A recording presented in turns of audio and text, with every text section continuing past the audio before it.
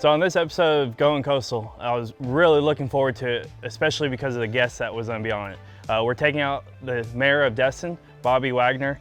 I've never really met him yet, but earlier on in the season, I took Alex Fogg out and he mentioned he'd be a perfect candidate to be a guest. He's young and full of energy, and I'm excited to take him fishing.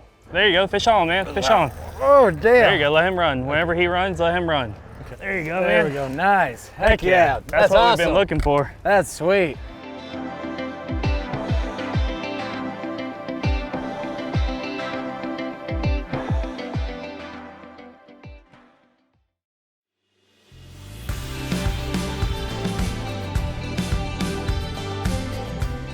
All right, you guys, we're headed to the dock this morning. Been looking forward to this for a while.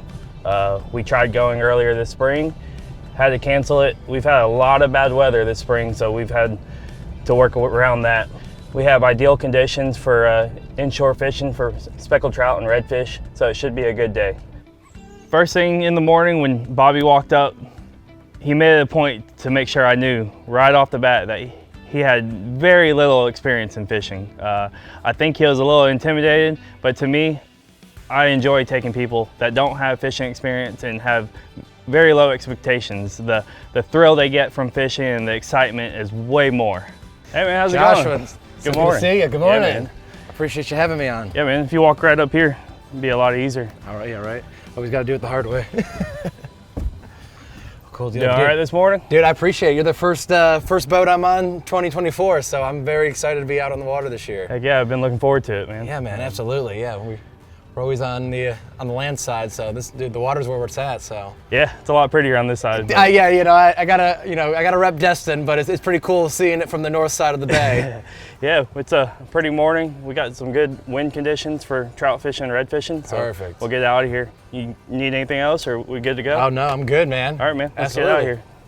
So Josh actually reached out to me on Facebook Messenger, and we just hit it off. He asked me to come out, and so I'm very excited to first meet him. I've never met him in person before, and two, I hope I can hide that I'm not a good fisherman from him, because I've heard he's one of the best in the area. So very excited to get on the water with him and hopefully learn a few things and not make myself look too much of a newbie.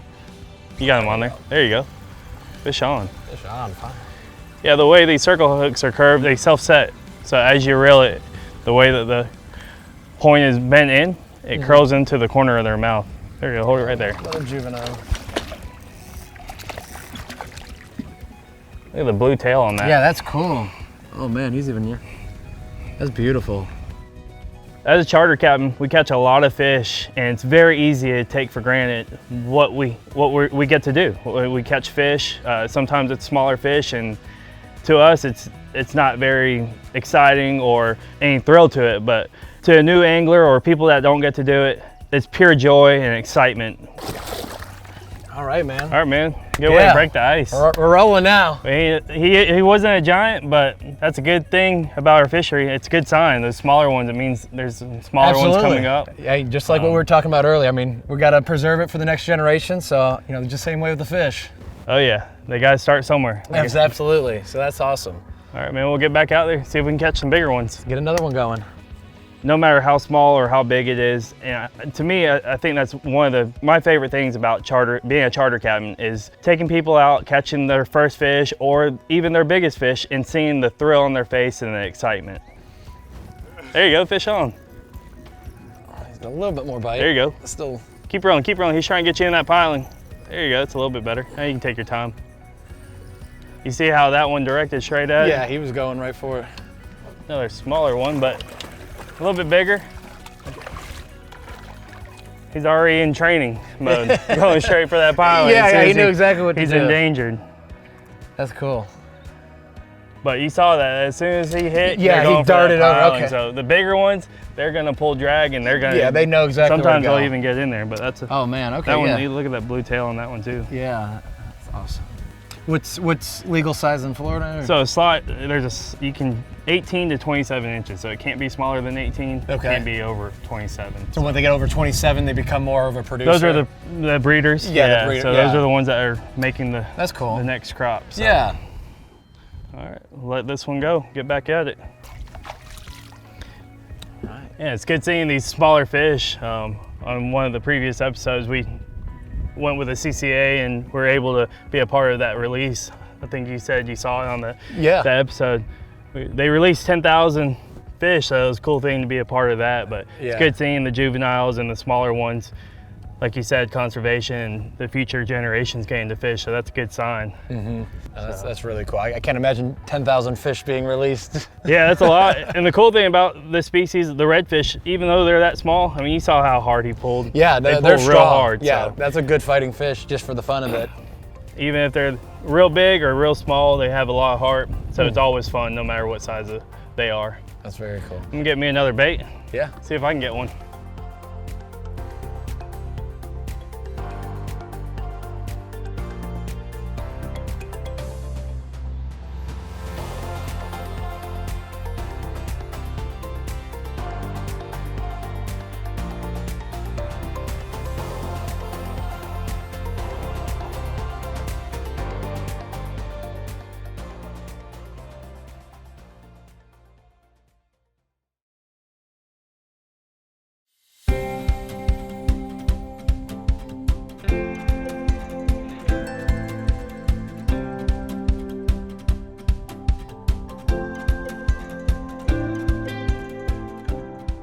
So my fishing experience is slightly limited. Don't tell too many people. Being the world's luckiest fishing village in Destin, it's one of the things that I try not to keep too far out there, but I do a lot of diving in the area, a lot of spearfishing, lionfish, whether it's through the pier cleanups or just getting out on some of these artificial reefs. I'm really excited that we're trying to become the artificial reef capital of the world. So I am typically under the water, so I'm very excited to learn a little bit more on how to catch some fish topside. There we go. You got fish on. Nice. Try to point to the left. You see him going to that real fast, real fast. Try to get him away from those docks. He's trying to get you over there. There you go. Oh yeah, okay. There you go. Take your time with him now. Oh, Sheephead? another species. It's a black drum. Come on back here still. Nice. Another species, black drum. They do resemble, when they're smaller like this, they resemble that sheephead you're talking about. Yeah, I saw the lines, and so. They're silver with those black lines, just like a sheephead. When they get bigger, they kind of fade away, so. Gotcha, okay. So what's kind of, as they get older, is just the black, it's just yeah, the black size of them? shrieks, the black lines okay, on them. that comes in? Comes out. Okay. And it's just more silver. Gotcha. Awesome. Little guy. Nice. Added species to the list. Boom. They fight good though. Yeah, that was a good one. Yeah, I didn't know. I was actually a little disappointed. I know, that's what I thought. I know, I was like, oh, okay, we got some pull going. I was like, oh, he's a little guy, but he has some bite to him. Yeah, man. We'll let this one go, get some more baits out, see if there's any more hanging out with them. 100%.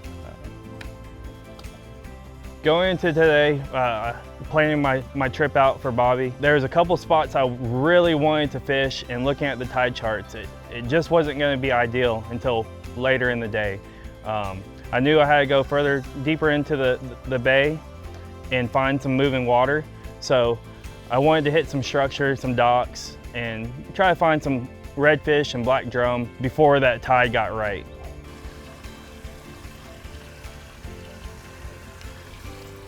Got something on right here. Oh, you got something nice. Look at that, nice little flounder. Oh, nice. And I was telling him that's what I enjoy spearing when we're fishing. These things are unique, being flat and living right on the bottom. Yeah, yeah. That's why they're my favorite too.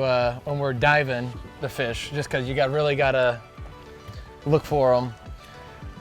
That brown color laying flat. Yeah, you gotta really just look for the trembles in the sand more than anything, because they blend right in. Yeah, they change their colors too.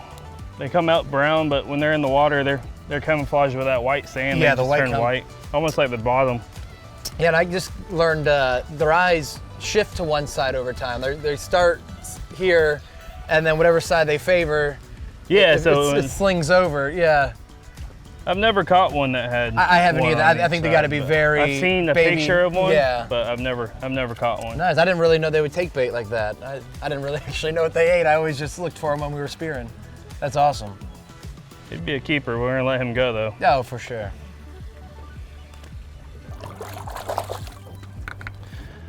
All right, man. right.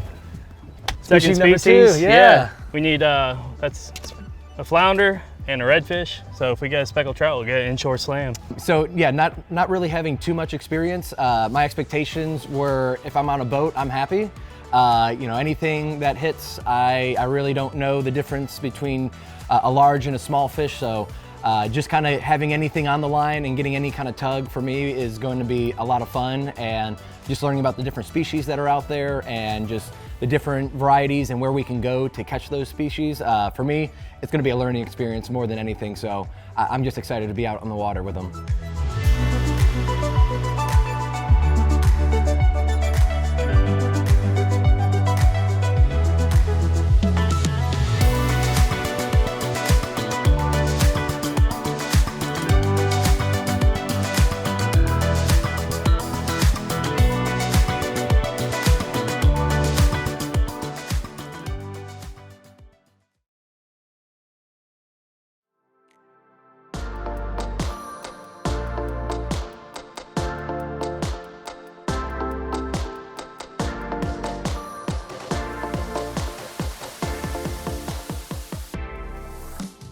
Starting out first thing in the morning, I could definitely tell Bobby didn't have very much fishing experience, which is okay.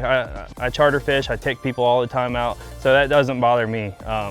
One thing that was cool about this trip is throughout the day, I was able to see his progress.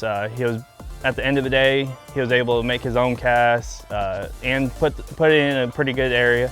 And going from the small fish, the juvenile redfish we started, to fighting his personal best redfish.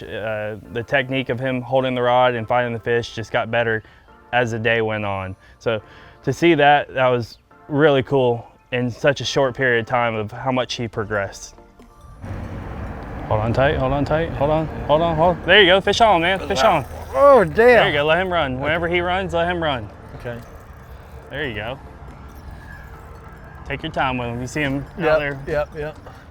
Just always remember, these are big fish, light tackle. So Yeah. whenever they pull, you just let them pull.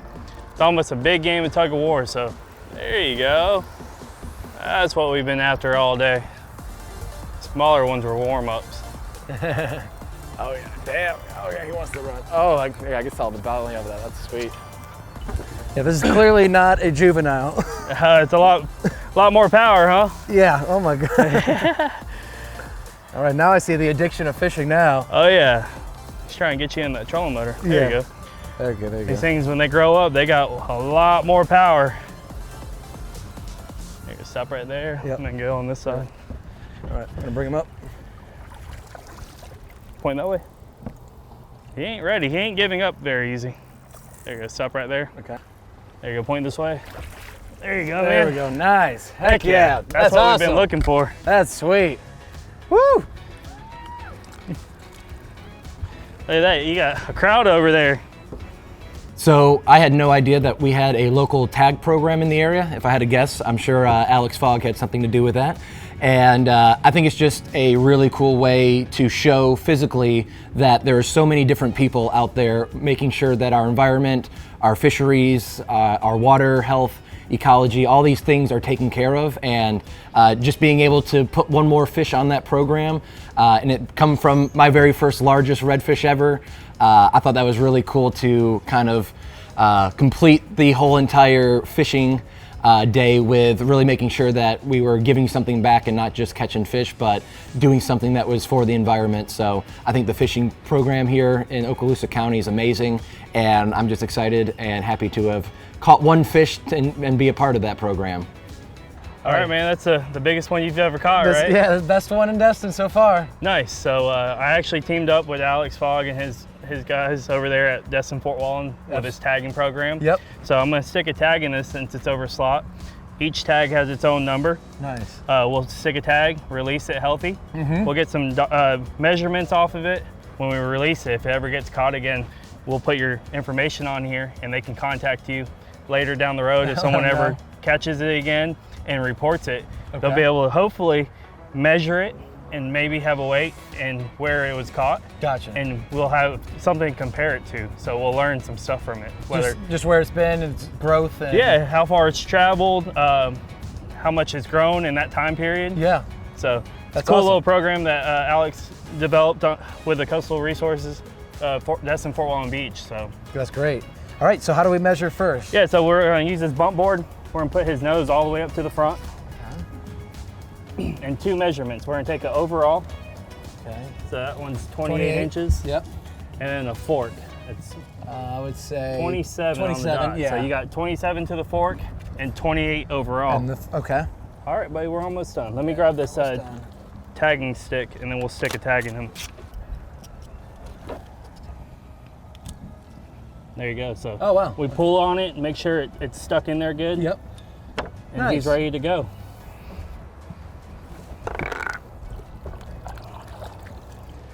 It's always good when we're releasing fish just to hold on to it, let them get some Get the oxygen, bearings. Yeah, they just revive them. So They just got abducted out of their. he's already kicking, so Yeah. he's almost ready. There you go. Look at Nice. that. Swam Man. off real happy. Yeah. All right, man. Dude, thank you. Maybe one day someone catches it, Yeah. give you something to look forward to. That's very cool.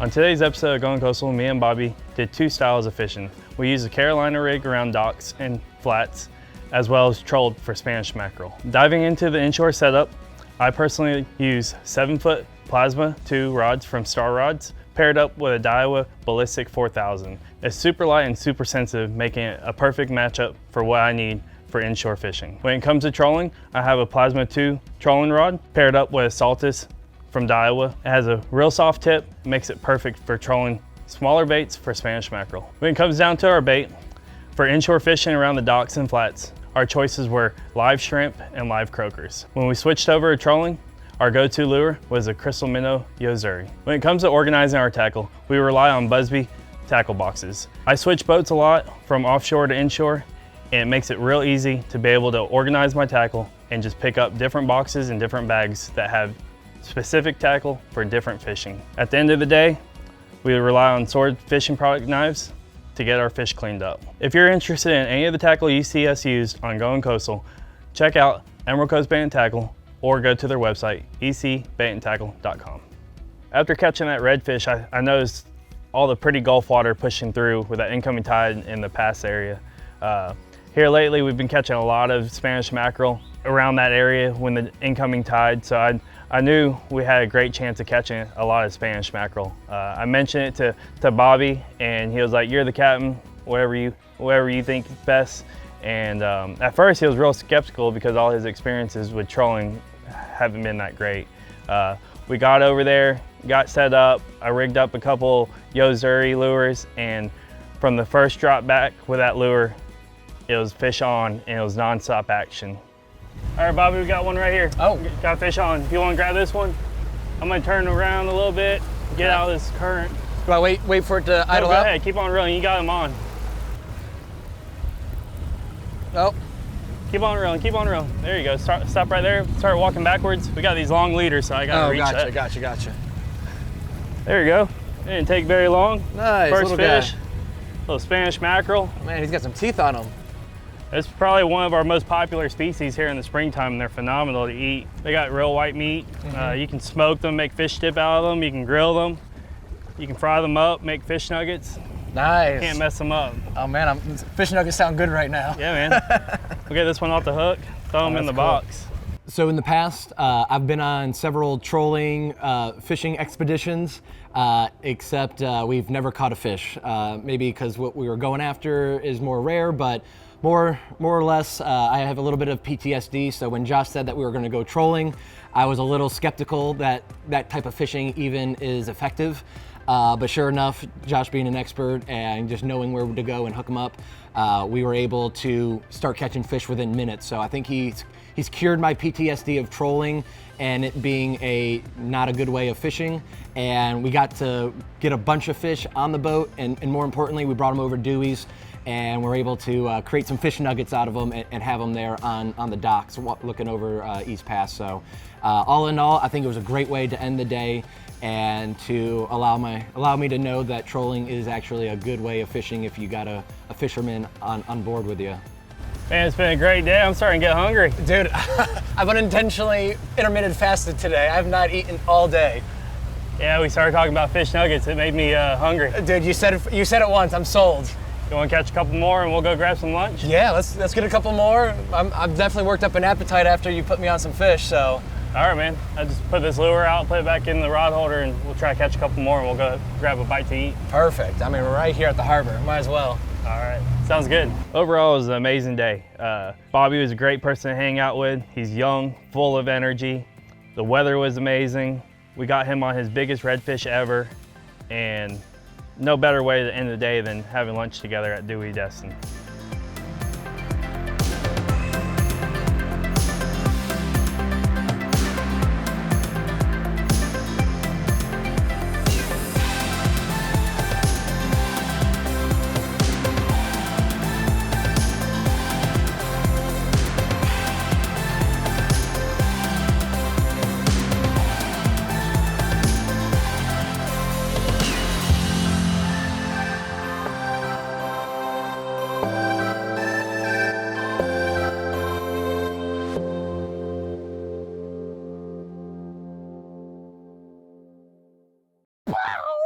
Wow.